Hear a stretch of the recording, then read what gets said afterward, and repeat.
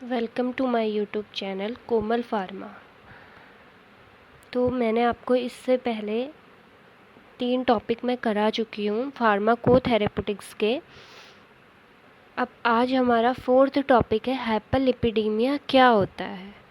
ठीक है, ये बहुत ज़्यादा very very most important topic है जो हर बार एग्ज़ाम में पूछा जाता है। इससे क्वेश्चन बनते ही बनते हैं, या 5 नंबर का क्वेश्चन बनता है या फिर 3 नंबर का। मोस्टली हर बार इस टॉपिक से क्वेश्चन आता है। तो गाइस, हाइपरलिपिडीमिया क्या होता है? हाइपरलिपिडीमिया एक ऐसी कंडीशन है जिसमें ब्लड में कोलेस्ट्रॉल और ट्राइग्लिसराइड और लिपिड की मात्रा हाई हो जाती है, हाइपरलिपिडीमिया कहलाता है।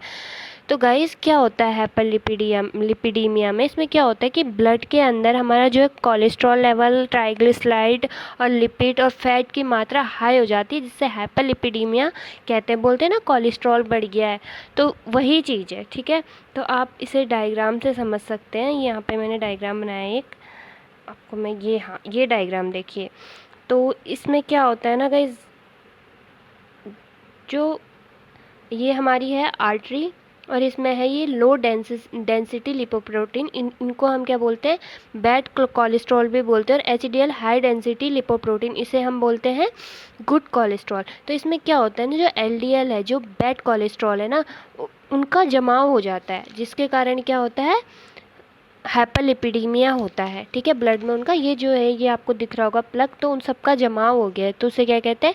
हाइपरलिपिडीमिया बोलते हैं। ठीक है, आप ये डायग्राम को बना लीजिए अच्छे से।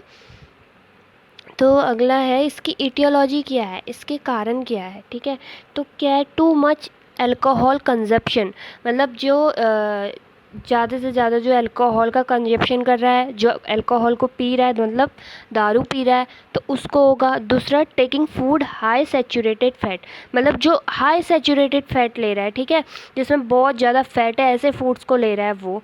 उसको होता है नॉन फिज़िकल एक्टिविटी, मतलब कोई एक्टिविटी ही नहीं करता, खाता है, पीता है, सोता है, कोई फिज़िकल एक्टिविटी नहीं। चलना है, अगर जाना भी है तो कहीं बाइक से वगैरह वगैरह चले गया, बट पैदल बिल्कुल भी नहीं चलना है, कोई भी फिजिकल एक्टिविटी नहीं करनी। स्पेंडिंग मोस्ट टाइम सिटिंग, मतलब हर टाइम बैठे रहना।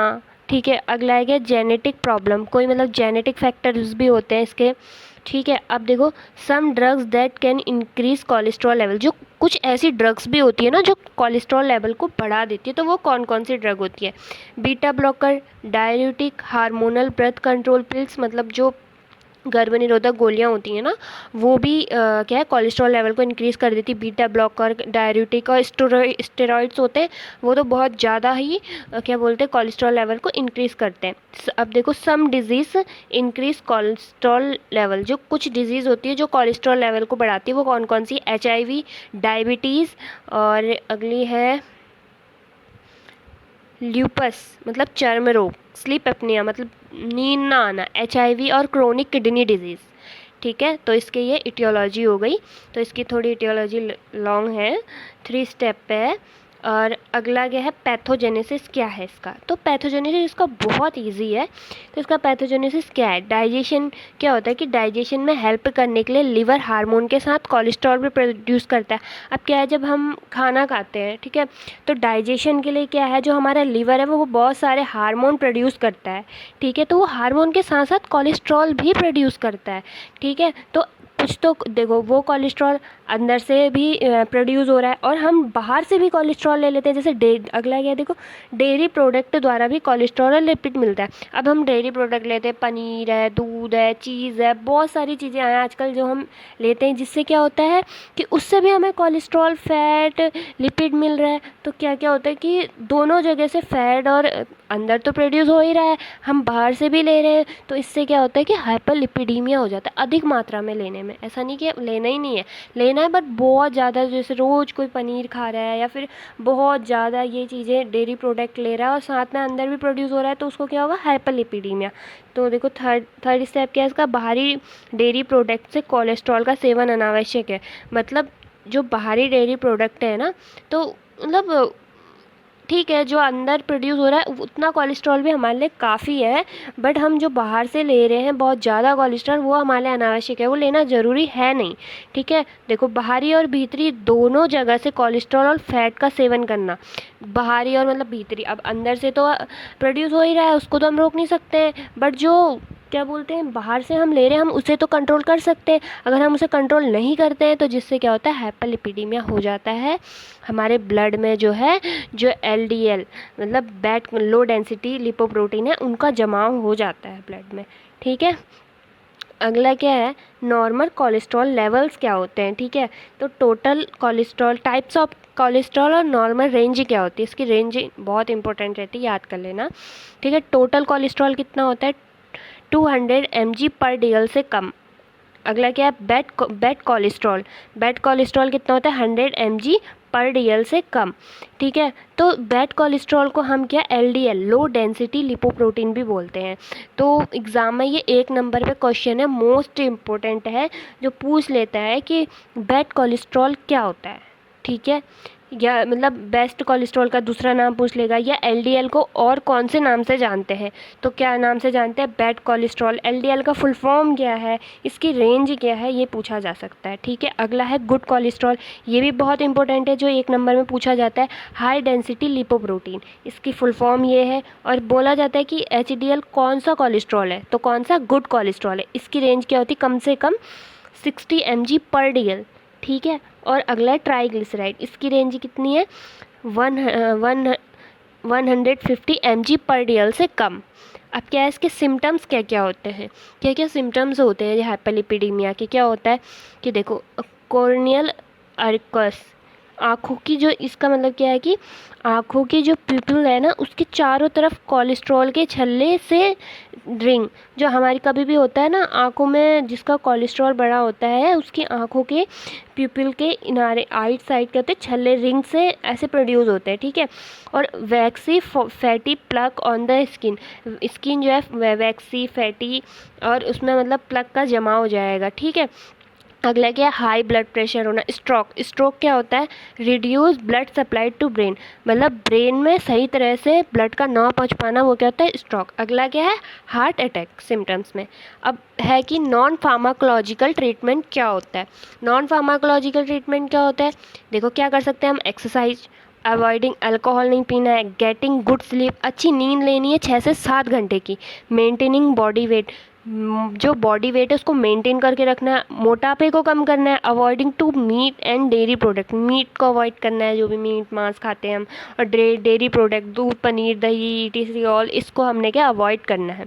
अब क्या है, देखो मोस्ट इंपॉर्टेंट फार्माकोलॉजिकल मैनेजमेंट तो आपको पढ़ने ही पढ़ना है, क्योंकि क्या है कि जो आपका फार्माकोलॉजी सब्जेक्ट है ना, उसमें तो मोस्टली सारे ही क्लासिफिकेशन है, तो आप इसमें याद कर लेंगे तो आपको वहाँ भी आसानी होगी। तो फर्स्ट है स्टेटिन्स, इसमें क्या है, एटारवास्टिन। ठीक है, ये बहुत मतलब बहुत पॉपुलर ड्रग है, मोस्टली यूज़ की जाती है कोलेस्ट्रॉल के लिए। ठीक है, मार्केट में भी अवेलेबल रहती है ये एटोरवास्टेटिन। ठीक है, और अगली क्या है, fluvastatin, the drug prevent liver from producing cholesterol. अब जो एटोरवास्टेटिन है ना, वो क्या करती है, जो लीवर है ना उसको, मतलब कोलेस्ट्रॉल जो वो लीवर प्रोड्यूस कर रहा है उसको रोकती है। ठीक है, जो हमारे स्टमक में जो भी हमारा लीवर है वो कोलेस्ट्रॉल लेवल को प्रोड्यूस कर रहा है, तो ये ड्रग्स क्या करेंगी, उसको रोक देंगी, उसको मतलब वहाँ पर से कोलेस्ट्रॉल लेवल को प्रोड्यूस होने से वो रोक देती हैं। ठीक है, अगला क्या है, कोलेस्ट्रॉल ऑब्जॉर्प्शन इनिबिटर्स। ठीक है, इज़ेटेमाइब। अगला क्या है, सीमोवास्टेटिन, ये क्या करती है, this drug prevent cholesterol absorption from intestine, the drug work combination with statins. ठीक है, तो अगला क्या कह रहा है, ये जो ड्रग है ना वो क्या करती हैं, जो कोलेस्ट्रॉल अब्जॉर्प्शन इनिबिटर्स ड्रग हैं, ये क्या करती है, जो हमारी इंटेस्टाइन है वो हमारे मतलब कोलेस्ट्रॉल को अब्जॉर्ब करती है, तो उनको इंटेस्टाइन को रोकती है कोलेस्ट्रॉल अब्जॉर्ब करने से। और ये किसके साथ वर्क करती है, they drug work combination with statins, ये स्टेटिन्स जो ऊपर एटोरवास्टेटिन है उसके साथ वर्क करती है, उन ड्रगों के साथ काम करती है, इसको कॉम्बिनेशन में दिया जाता है। ऐसा नहीं कि सिर्फ यही ड्रग दी जाएगी, दोनों स्टेटिन्स और कोलेस्ट्रॉल ऑब्जर्वेशन इनिबिटर्स, दोनों ड्रग मिला के एब्जॉर्प्शन सॉरी, इन दोनों ड्रग को मिला के दिया जाता है। निकोटिनिक एसिड, ठीक है, तो इस ये ड्रग्स क्या होती है, it reduce LDL and triglyceride and increase, ठीक है। तो ये ड्रग क्या करती है, ये रिड्यूस करती है किसको, लो डेंसिटी लिपोप्रोटीन को, तो ये इन रिड्यूस करेगी, कम करेगी, एंड ट्राइग्लिसराइड को क्या बढ़ाएगी, इंक्रीज करती हैं ये ड्रग्स, ठीक है। नहीं सॉरी गाइस, ये ड्रग क्या करती है, इट रिड्यूस LDL, ये क्या करती है, LDL को कम करती है और ट्राइग्लिसराइड को भी रिड्यूस करती है, कम करती है, और इंक्रीज करती है HDL, हाई डेंसिटी लिपोप्रोटीन, मतलब गुड, जो गुड कोलेस्ट्रॉल है उसको तो बढ़ाएगी, जो बैड कोलेस्ट्रॉल है और ट्राइग्लिसराइड है उसको कम करेगी, ठीक है। फाइब्रेट्स, इसमें क्या है, फिनोब्राइट्स, इसमें क्या होता है, जो ये ट्राइग्लिसराइड को तो इंक्रीज कर रही है, कम कर रही है, और जो गुड कोलेस्ट्रॉल है, गुड कोलेस्ट्रॉल को इंक्रीज़ कर रही है। आप इसमें ज़्यादा नहीं भी, ये तो मैंने आपको समझाने के लिए बीच में जो है लाइन लिख दी है कि ये ड्रग क्या वर्क करती है, बट आप सीधे ड्रग भी याद कर सकते हैं, पर अच्छा रहेगा कि आप इस ड्रग का कि ये कैसे वर्क करती है, क्या करती है, ये चीज़ भी देखें। तो thank you guys, I hope आपको मेरा जो भी कंटेंट है जो मैं पढ़ा रही हूँ आपको समझ आया होगा। आप मेरी वीडियो को ज़्यादा से ज़्यादा लाइक करें, चैनल को सब्सक्राइब करें और शेयर करें। ऐसे ही मैं आपको बहुत सारे कंटेंट देते रहूँगी। Thank you guys.